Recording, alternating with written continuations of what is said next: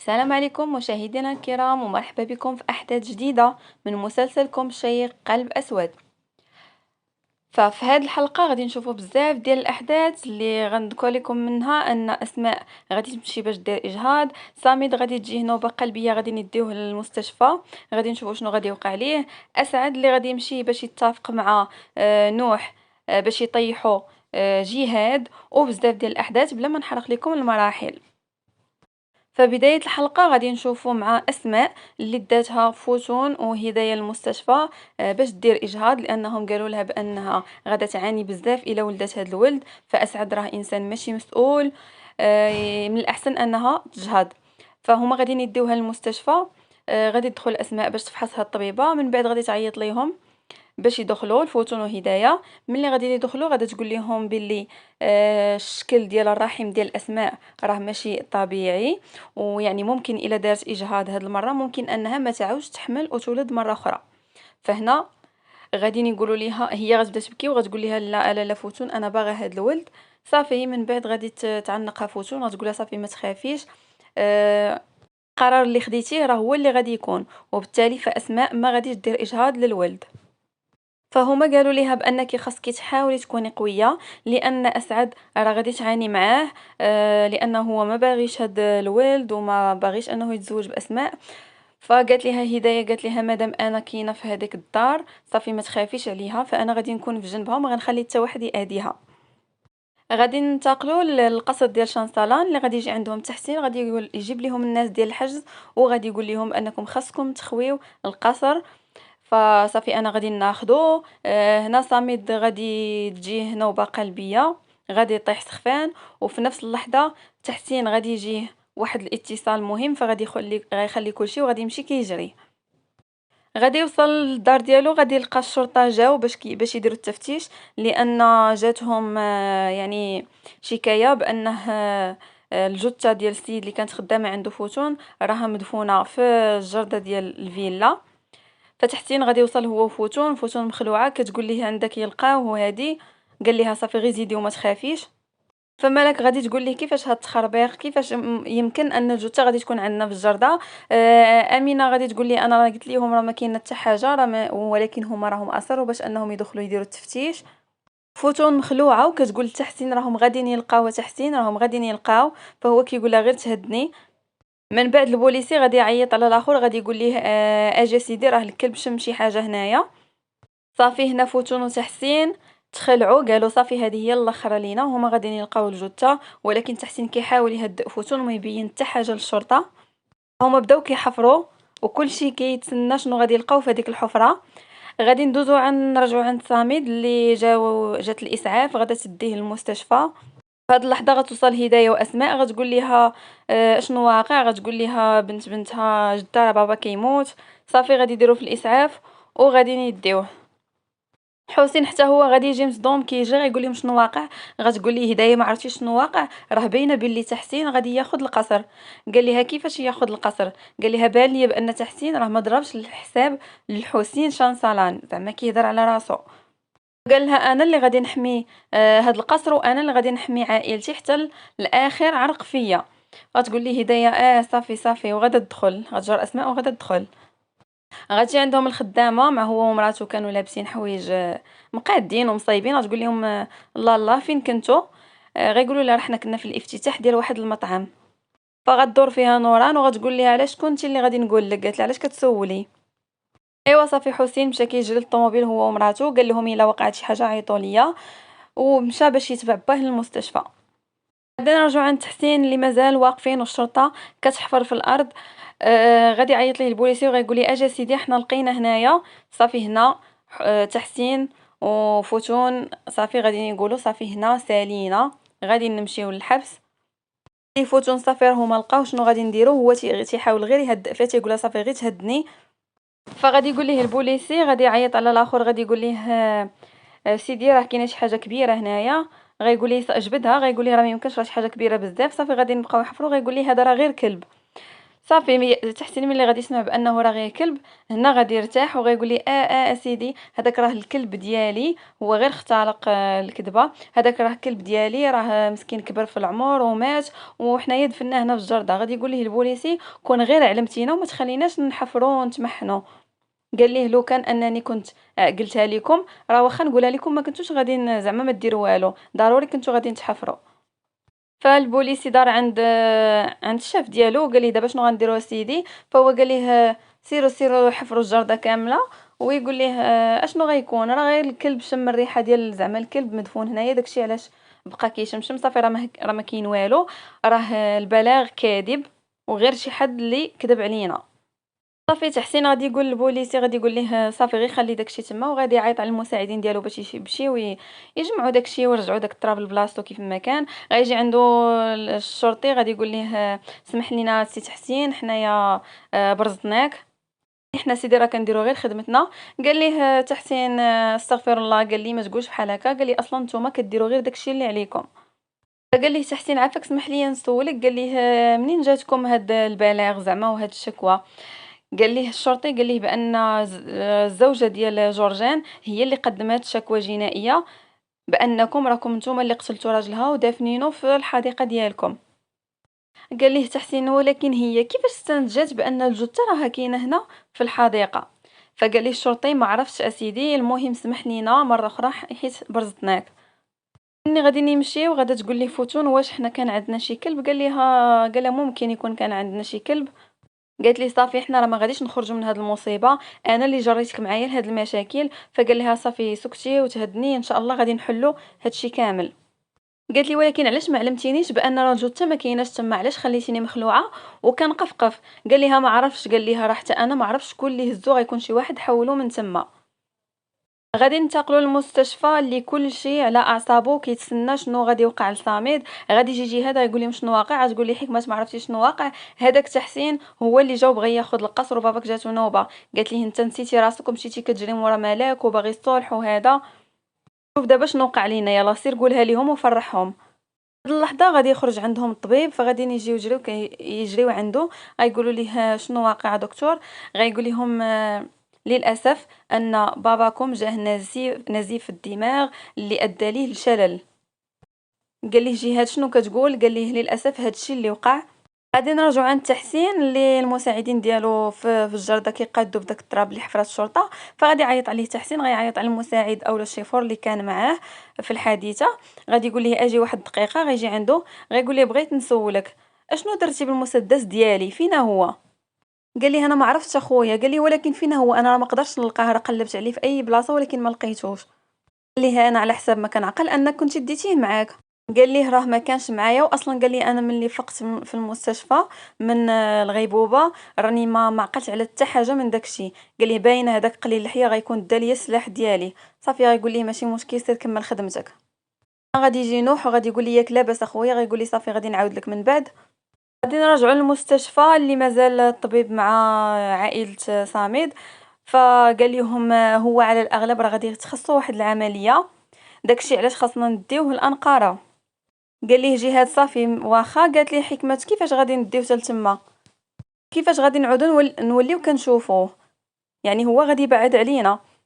قالت لي ضروري ما غادي يكونوا اطباء مزيانين هنايا. قال لي ها جهاد عمتي كون كان عنده شي حل هنايا كون قالوها لينا، واصلا الطبيب راه صديق ديالي. صافي الا كان ضروري خاصو يمشي فهو غادي يمشي باش يتعالج. فقال ليه جهاد، قال الطبيب دابا كيفاش شنو غنديرو. قال ليه من الاحسن انكم ديوه للمستشفى الجامعي، انا راني هضرت مع واحد الطبيب صاحبي تما راه هو غادي يستقبلكم تما. قال ليه صافي مزيان. فقال ليه جهاد دابا فينا هو بابا. قال ليه الطبيب حنا غادي نديوه للعنايه المركزه. غادي نرجعوا للدار ديال تحسين، فهو جالس هو وفوتون ونوح. قالت ليه فوتون صافي انا مني الكلب شم الريحه والشرطه بدات كتحفر، صافي قلت هذه هي النهايه ديالنا. فنقص تحسين قال لي واش نوح ياك حنايا دفناه تما، هادشي اللي باقي انا عاقل عليه. قال لي نو بصح لا انت ما كذبتيش راه كان تماكين. قال لي ما تقولش لي انت بدلتي لي البلاصه.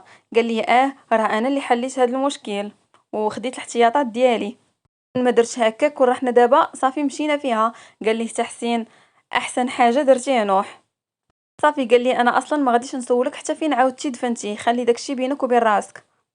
في قال لهم نوح خليونا نسدوا هذا الموضوع وما نبقاوش نهضروا عليه ولا نفكروا فيه.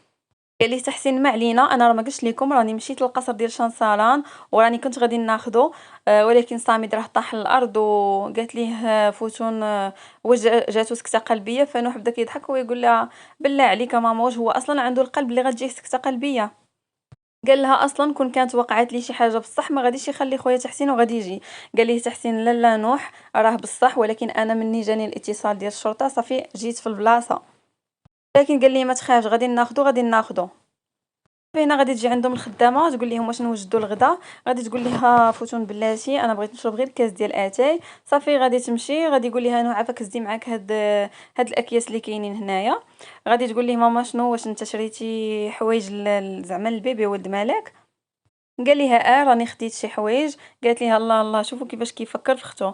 قال لها مالك راها خط احمر، هي راه بالنسبه ليا كل حاجه، هي راها الروح ديالي. قالت لي فوتون هي راها كرشها كبرات انا راني متحمسه بزاف. قال لها صافي غير سكتي سكتي انا راني اكثر منك راه غنموت من الحماس. ليها انا غادي نولي خال وهي تقول ليه انت راك غتولي عم، غتولي خال وغتولي عم. قال لها كيفاش؟ قالت ليه اسماء راها حامله من اسعد. قال لها اها. قال له كيفاش واش غديروا شي عرس ولا شنو؟ قال لها حقاش انا اسعد اللي كنعرف راه ما غاديش يعقل على الدريه وغادي يخليها في وسط الطريق. قالت ليه لا ولدي وهما راهم غاديين يتزوجوا. قال لها واخا حنا غادي نشوفوا. ودار عند تحسيد وكيقول لي شتي راني قلت لك بلي الجينات ديالو فاسده راه هو من عائله شانسالان من طبيعه الحال. صافي بدا خارج هنا فوتون بدات كتهضر مع تحسين. قالت ليه شوف قالت ليه مني كيكون الامر كيتعلق باسعد. قالت ليه نوح كيبدا يتفلا وتيسول على واش كاين شي عرس ولكن ملي العكس ملي كيكون الامر كيتعلق بمالك هو راه كيدير القيامه وكيدير الصداع. هنايا نوح سمعها يعني كيفاش كيتعامل، هي قصدات كيفاش كيتعامل مع ملاك وكيفاش كيتعامل مع خوه اللي هو اصلا حتى هو زعما راه خوه. قالت لي بصراحه تحسين انا راه كيبقى فيا الحال بزاف لانني ما قدرتش نجمع ولادي مع بعضياتهم وما قدرتش نخليهم يبغيو بعضياتهم. فقال لها تحسين هادشي راه كان غادي يوقع، ولكن من بعد داكشي اللي طرا ليا وبما ان صامد هو المتهم فالامور كلها راها تبدلات. لا شوف يا فوتون الا جهاد تخلى على العائله ديالو فراه هادشي غادي يكون يعني اننا غادي نتصالحوا ونوح خليه عليا انا اللي غادي نقنعه. غادي نمشيو للمطبخ عند مالك ونريمان اللي كيشقاو في المطبخ وكيهضروا على داكشي الاحداث اللي وقعت الصباح يعني ديال الجثه والحفر وداكشي. صافي غتدخل عند الخدامه غتجيب ليها الحوايج وغتقول لها هاكي راه التوأم ديالك شرا لك هادشي. قالت لها اري نشوف شنو شرا ليا. فمالك كتقلب في داكشي اللي خدا ليها نوح وفرحانه وكتهضر هي ونريمان وقالت لها شوفي قالت لها راه واخا نوح كيعصبني بعض المرات ولكن راه دغيا كيراضيني. فنقزات الخدامه قالت لها شوفي قالت لها مالك هو راه الروح ديالي. قالت لها الخدامه شوفي راه ماشي كاع التوأم بحال هكا. قالت لها ولكن نوح راه شكل اخر راه كيبغيك بزاف وكيموت عليك. قالت لها مالك انا محظوظه لحقاش عندي اخ بحال نوح. صافي غادي نرجعوا للمستشفى عند صامد اللي هو ولا ما كيتحركش غير كيشوف حل عينيه وكيشوف يعني جاه الشلل. وجهاد حاضي هو في العنايه المركزه عفوا. وجهاد حاضيه من النافذه وكيقول ليه ها بابا ما عمرني ما تخيلت واحد النهار باللي راجل بحالك غادي يطيح في هاد الشيء وغادي يولي في هاد الحاله. قال لي ولكن انت راك كتستحق كاع داكشي اللي درتي لحقاش التصرفات اللي كنتي كدير والطمع اللي كان عندك. قال ليه انت درتي حوايج خايبين كذبتي غرقتي في الديون والكريديات. قال ليه انت دمرتينا ودمرتي راسك بابا وخليتيني انا واحل ولحتي عليا مسؤوليه كبيره من فوق من ظهري. ودابا غادي تمشي وغادي تخليها. دابا عائلتي بقات فوق رقبتي وانا اللي خاصني نحميهم. صافي هنا غادي تجي عند اختو غادي تعنقو. قالت لي الحمد لله خويا لحقاش انت كاين. قال لها حتى انا الحمد لله حقاش انت كاينه. قالت لي واش بابا غادي يولي لاباس؟ قال لها ان شاء الله كنتمناو يولي لاباس. غادي نمشيو عند حكمت اللي جالسه غتجي عندها هدايه غتقول لها واش ما غاداش تمشي لانقره مع خوك؟ وهي تقول لها ولا صافي راني عرفت جهاد قال لنا بلا ما تمشيو اذا انت ما على قبل هادشي ما غاداش تمشي. ولكن بلاتي نقول لك واحد الحاجه كنت انا في بلاصتك ما كنتش غادي نتردد وكنت غنمشي في بلاصه مع خويا. قالت لها ما يمكنش انا يا خويا مرض لهاد الدرجه وغادي يديو بسياره الاسعاف ما كنتش غنتسنى دقيقه واحده وكنت غنكون في جنبو. فهنا غدور فيها حكمت وغتقول ليها انت ماشي سوقه كنتيش اش دخلك اصلا. قلت لها هديه بصح عندك الحق انا شنو دخلني اصلا. ولكن انا غير شفتك انت كتبكي وكتقولي خويا وبقى فيك الحال على خوك وهذا، وفي الاخر ما بغيتيش تمشي معاه. غادي يقول ليها حسين صافي غير هنايا خالتي هدايا، حنايا غادي نمشيو معاه، ولكن راه عندي شي خدمه غادي نوصي الدراري يخدموها وغادي نمشي. صافي هنا غادي يجي جهاد يسول على اختو لحقاش باغيين يمشيو باش يتبعوا يمشيو مع صامد. فغادي يقول ليه حسين، غيقول ليه ما تخافش جهاد، صافي غير تهنى على القصر، انا هنا وغادي نرد البال. قال ليه جهاد صافي انا عارفك غادي ترد البال للقصر. قال ليه حسين المهم باش ما كان علمونا. صافي جهاد مشى. فهنا غادي يقول لهم حسين شوفوا انا راني خدمت مده طويله في هذا القصر وعارف الداخله والخارجه، الا نتوما احتاجيتوا اي حاجه ما تردوش انكم تقولوها ليا. غادي يقول لهدايا المهم لاله هدايا، انتي الا احتاجيتي اي حاجه انا هنا قوليها ليا ولا قوليها لنوران. فغتقول لي هدايا صافي انا عارفه بانني نقدر نتكل عليك زعما. وهو من طبيعه الحال عاجبو الحال لحقاش هو ولا واحد من شانسالان. جهاد غادي يعيط للملاك، غادي يعاود ليها على شنو وقع، يقول لها بابا تعرض النزيف في الدماغ وراه يعني ادى ليه للشلل. وقالت ليه وكيفاش وقع هادشي؟ قال لها بسبب داك الراجل تحسين. قال لها هو اللي جا بغى ياخذ القصر. قال لها المهم خلينا من داك الراجل، انا دابا غير بغيت نقول لك بانني غادي نمشي لانقره انا واختي باش نديو بابا للمستشفى الجامعي. قالت لي واش حالته صعيبه حتى لهاد الدرجه؟ قال لها هادشي اللي قال الطبيب، قال بان حالته خطيره، قال لينا باننا خاصنا نتصرفوا يعني في باسرع وقت ممكن. قالها المهم انا غير بغيت نعلمك لا يكون التليفون ديالي طافي وتصلي بيا ولا شي حاجه على بين ما نوصل تما ونهضر معاك. قالت لي صافي الله يعاونكم والله ييسر ليكم. فغادي تقول لها انا ريمان شنو واقع؟ تقول لها راه جهاد كيقول بان باباه تعرض لسكته قلبيه وبانه غادي يديو ضروري لانقره باش يديروا ليه شي عمليه. قالت لي يلا انا توترت بزاف. وهنايا نوح كيتصنت كيسمع، وهو ما حامش لانه هو ما كيحملش اصلا عائله شانسالان. صافي نوح غادي يمشي يرجع يجلس مع تحسين وفوتون. غادي تجي ملاك كتاكل في الكعك وتقول لي الله هاد الكعك شحال بنين بزاف. قالت لي على فكره راه الحبيبه ديالك ناريمان هي اللي صايباتو، ما تنساش ملي تجي تقول لها الله يعطيك الصحه. قالت لي ما يمكنش اخويا هاد البنت اي حاجه طيباتها من ايديها كتجي لذيذه. دار تحسين عند نوح وقال ليه انت عندك الزهر بهاد البنت.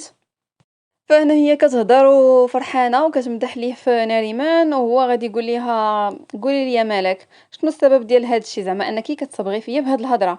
قالت ليه كيفاش؟ قال لها واش ما كنتيش كتهضري مع جهاد دابا؟ قال لها انت كديري غير بحال هكا غير باش انا قلبي يرطب ويحن.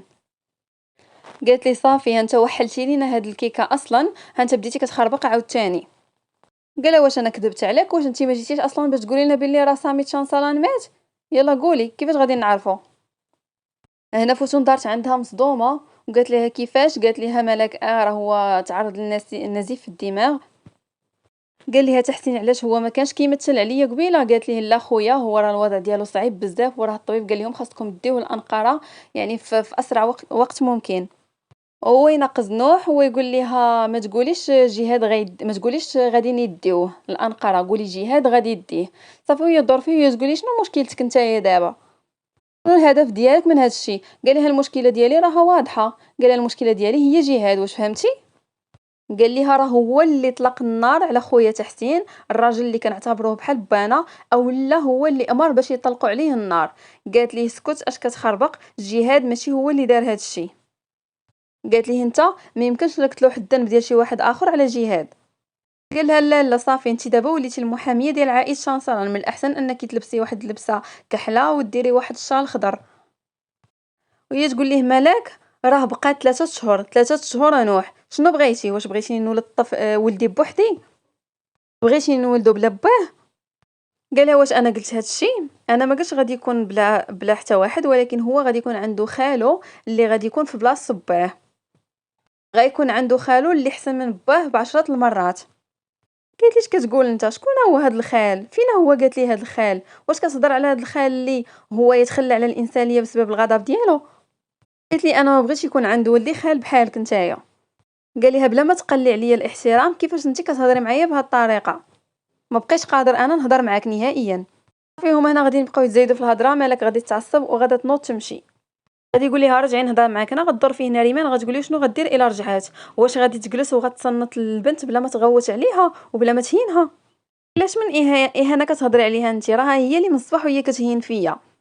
صافي هنا فوتون وتحسين غير كيشوفوا ما قالوا حتى كلمه. ناريمان حتى هي غتقلق منه غادي تخرج. فوتون حتى هي غادا تنوض تبعهم. هنا غادي يدور فيه تحسين وغيقول ليه كيفاش انت وليتي بحال هكا؟ شنو هو هذا الراجل اللي كنشوف قدامي انا بحال هكا؟ يلاه بغى يقول ليه نوح خويا راه شانسالان. هنا غوت عليه تحسين وقال ليه ما تسكت وما تقطعش كلامي. قال لي شنو وقع لنوح اللي كنعرف؟ فينا هو نوح اللي قلبه طيب قلبه ابيض الرجل الشهم؟ فينا هو نوح؟ واش مات؟ قال لي انا نوح اللي كنعرف كيبغي التوأم ديالو اكثر من اي حاجه في هاد الدنيا، وإلا قال فيها شي واحد غير 1% من هاد الهضره يقدر يحرقو ويدفنو. قال ليه ولكن انت تقدر تقول اي حاجه، تقدر تقول هاد الهضره، تقدر تقول اكثر منها. هنا نوح تيقول لي ولكن اخويا. هنا كيقاطعو تحسين تيقول لي اسكت وما تقاطعش هضرتي. قال ليه انت دابا عوض ما تمشي تواجه العدو ديالك جالس كتواجه في العائله ديالك. انت دابا كتادي الناس، الاكثر ناس قراب لك في حياتك. اللي حيد داك الغشا اللي هابط لك على عينيك ورجع لعقلك، عرف شنو كدير. صافي نوح هنا بقى غير ساكت، ما بقى قادر يقول حتى كلمه. غنشوفوا ملاك اللي معصبه ومتوتره. غتقول لها ناري من صافي بلا ما تقلقي راسك راكي حامله، بلا ما تعصبي حتى الولد اللي كاين في كرشك. قالت لها صافي، قالت لها انا اصلا ولفت على نوح بحال هكا، راه من الصغر هو داير بحال هكا. قالت لها مالك انت اللي ما تقلقيش راسك، انا نوح راني صافي ولفت وانت اللي ما تقلقيش راسك زعما بهاد التصرفات اللي كيدير نوح. قالت لها ناريمان انا ماشي كنقلق راسي، ولكن قالت لها انا كنخاف. انا قالت لها مالك كتخافي؟ واش كتخافي من نوح؟ قالت لها انا ما عرفتش كيفاش نوصف لك. قالت لها ولكن راه فاش كنشوف نوح في هاد الحالات قالت لها راه كيخلعني بزاف. قالت لها مالك ما تخافيش. قالت لها نوح راه كيبغيك بزاف وما عمره ما غيأذيك. قالت لها ناريمان انا عارفه بانه ما غاديش يأذيني، ولكن راه ما كنقدرش نسيطر على نفسي. قالت ليها مالك صافي لا لا ما تخافيش. فهنا ناريمان مسكينه ولات كتخاف من نوح بسبب هاد الحالات العصبيه ديالو والتصرفات ديالو. نرجعوا عند نوح اللي مازال جالس مع تحسين. غادي يقول ليه خويا تحسين واش نقدر نهضر؟ غادي يقول ليه تحسين هضر ولكن بدون غضب. قال لي حاول انك تسيطر على الغضب ديالك وهضر بهدوء. قال لي خويا واش هادشي طبيعي؟ واش هادشي اللي واقع طبيعي؟ قال لي التوأم ديالي والروح ديالي قال لي كتهضر مع العدو ديالنا اللي هو من عائله شانسالان اللي اطلق عليك النار وحاول انه يقتلك. قال لي واش خاصني نشوف هادشي ونبقى ساكت؟ قال لي تحسين حنا اصلا باش غنعرفوا بان شانسالان اولا بالضبط جهاد هو اللي طلق عليا النار، احنا ما عندنا حتى دليل عليهم. قال لي هنا ولكن اللي نفرض كانوا هما، ولي نفرض بان جهاد هو اللي دار لك هذاك الفخ، لنفرض انهم هما داروا كيديروا في هذه الخطط كامله باش ياخذوا لينا الولد ولد ملاك. قال لي ديك الساعه شنو غادي ندير؟ قال لي واش غادي توقف قدامي؟ قال لي تحسين واش كيحسب لك انا صافي نسيت هذا الشيء؟ قال لي انا راه باقي متبع هذا الشيء وغادي نبقى حتى غادي نعرف شكون اللي دار فيا داك الشيء، ولكن قال لي من هنا لتما حنا خاصنا ناخذوا الاحتياطات ديالنا. لكن قال لي ماشي بهذه الطريقه ديالك انت، حاول انك تسيطر على الغضب ديالك. قال لي راه بسبب هذا الشيء راه ممكن ما تبقى عندك لا عائله ولا اصدقاء. هنا غادي نمشيو للمطبخ ديال عائله شانسالان اللي جالسه فيها اسماء ونوران. كتقول لها نوران راه ما غاديش ياخذك. قالت ليها اسماء ولكن راه اسعد، راه خويا جهاد قال لي بلي راه هادشي غادي زعما غادي نتزوج، غيزوجني باسعد. وهي تقول لها نوران فين عمرك شفتي اسعد انه كيسمع لكلام خوه؟ قالت ليها نوران شوفي اسماء، هما راه غادي يشدوك حتى غتولدي الولد، من بعد غادي ياخذوه لك وغادي يجريو عليك الزنقه وغادي يعطيو ولدك لشي حد ولا شي عائله اللي غادا تتبناه. قالت ليها انا راه غادي نوقف معاكم ما غاديش نخليهم. قالت لها ولكن الا عمتي حكمت قالت نعطيو هذا الولد فانا راه ما غاديش نقدر نقول حتى حاجه وما نقدرش نوقف في طريقها. قالت لها من الاحسن انك تجمعي حوايجك وترجعي للقريه ديالك. فهنا غادي تدخل حكمت وغتقول لها هي راه عندها الصح، من الاحسن انك تتخلي على هذا الولد. فغادي تدور فيها اسماء تقول لا انا ما غاديش نتخلى على هذا الولد، هذا ولدي وانا غادي نولدو غادي نربيه واسعد غادي يتزوج بيا. خويا جهاد راه واعدني بهذا الشيء. فغتقول لها حكمت كيفاش جهاد؟ قالت لها اصلا جهاد ما قادرش هو يربي حتى ولده، عاد غادي يقنع اسعد باش انه يتزوج بيك. اصلا قالت لها اسعد نقزات نوران قالت لها اصلا اسعد ما يبغيش يجلس مع جهاد حتى في الطبله باش انه يتفاهم معاه. قالت له هو راه غادي غير يجري عليك. وهي تقول لها اسماء خليه. قالت له خليه يجري عليا وديك الساعه غادي نشوفوا، اصلا انا كاين تحسين يعني شهر لي هو غادي يوقف معايا. وهي تقول لها حكمت كيفاش كتهدينا بالتحسين؟ قالت لها نوران ايوا صافي تحسين ما عنده ما يدار غادي يقابل هاد المشاكل صغيره. غندوزو عند حسين اللي جالس مع العمال انهم كيحيدوا في الثلج.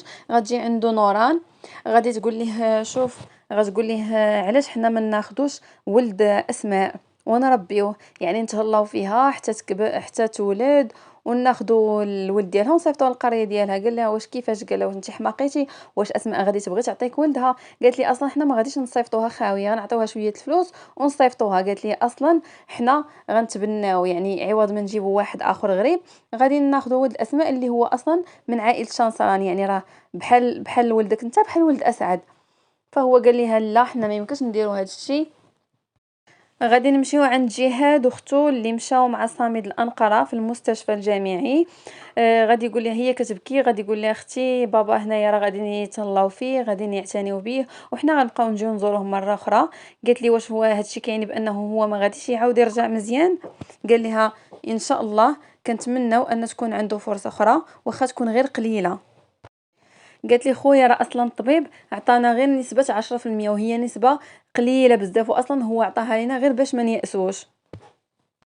قالها شوف اختي، بابا راه كيبغيك بزاف، فهو ما غاديش يتخلى عليك. قالها عوض ما نبقاو عايشين في الحزن، خلينا نتفكروا الاوقات الزوينه اللي دوزنا واللي عشنا مع بابانا، واللحظات الزوينه اللي كنا فيها فرحانين، باش نعطيوه القوه.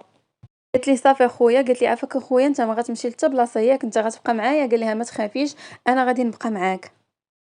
فغادي نمشيو عندهم هنا. صافي راهم رجعوا القصر ديالهم، غنشوفوا انها بنته كتبكي وكتوصف لهم في الحاله ديال باها، غتقول لهم هو ما كيتحرك ما كيهضر ما والو، هو غير حال عينيه وكيشوف. قالت لها هدايه الله يكون معاه. قالت لها انا غادي نرجع عنده غدا باش نشوفه. قالت لها هدايه انت يلاه جيتي يا بنتي باقا عيانه؟ قال لي ها جهاد بصح انت مازال عيانه، خلينا نديروا النوبه، يعني كل مره يمشي يشوفوا واحد. نقز اسعد قال ليه بصح دار عند عمتو. قال لها هذه فكره زوينه عمتي، نمشيو كل مره يمشي فينا واحد. قالت لي هي بصح بقاو كل مره يمشي فيكم واحد، على اساس هي ما مدخلاش راسها معاهم. فانا غادي يقول لها جهاد وانتي؟ قال انت غتبقاي غير كتشوفي. قال خوك زعما والروح ديالك هو راه مريض، خاصك انت تمشي تشوفيه. قالت لي انا ما قصدتش هادشي. قالت لي ممكن حتى انا نمشي نشوفه. فهنا غادي يقول لهم الجهاد المهم دابا هاد الوضع اللي فيه بابا وهذا، حنا ضروري ما خصنا نهضروا في هادشي. فبابا بما انه في هاد الحاله خاصو يعين وصي، يعني على العائله وعلى الاملاك وعلى الخدمه وعلى الفنادق وعلى كل شيء. غادي هنا غادي يبدا يضحك اسعد، غايقول ليه صافي كملات. غايقول ليه جهاد هضر بصوت باش نسمعك، علي صوتك باش نسمعك. قال لي انا ما قلت والو، غير قلت بلي راه عندك حق، خاصنا نديرو وصي. فغادي يدخل حسين ومراته، غايقول لهم كيف العاده نتوما مجموعين، وكيف العاده حسين ما معاكمش، ما مدخلينوش في الاجتماع ديالكم. قال لي انا راه واحد من شانسالان، دونك انا حتى انا خاصني نكون معاكم في اي اجتماع، وخاصكم ديروا لي اعتبار. فصافي هنا راكم عارفين اسعد بالهضره ديالو الناقصه، بداو كيزايدوا في الهضره هو وحسين. ناض قال لي اسعد يلا خرج برا نخرجوا. بقاو كيتخاصموا، هو يدور فيهم جهاد. قال لهم صافي جلسوا، حنا دابا خاصنا نهضروا في المهم. قالت لي حكمه خلينا نكملوا المهم، انت كنتي كتهضر على تعيين وصي. قال لها بصح حنا خصنا نعينوا وصي في هذه الحاله. هو ينقص حسين ويقول لهم انا خوكم الكبير، دونك انا اللي خاصني نكون الوصي. بدا كيضحك عليه اسعد. قال لي حسين مالك انت علاش كتضحك؟ راه انا اللي تبرعت بالكليه ديالي لبابا. ونوران هنا غير كتزيد تشعل العوافي. قالت لي بصح، قالت ليه انت، قالت ليه اللي زعما تبرعتي لباباك بالكليه وانت الاخ الكبير، فانت اللي خاص يكون زعما الشوار ديالك وانت هو اللي خاصك تكون زعما وصي. صافي دار فيهم الجهاد وقال لهم سكتوا.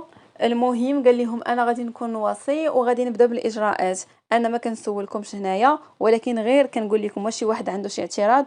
وناض وخلاهم. بدات كتغوت عليهم هدايه، قالت لهم والله الا هاد الولد المسكين حمقتوه، خرجتوا ليه العقل، نتوما ما يمكنش يعيش معاكم الواحد في هاد الدار. وصافي ناضت حتى هي تعصبات ومشات. قال لي حسين بصح هي راه عندها الصح في هاد الدار، قال لي راه اللي عاش فيها راه كيولي حمق،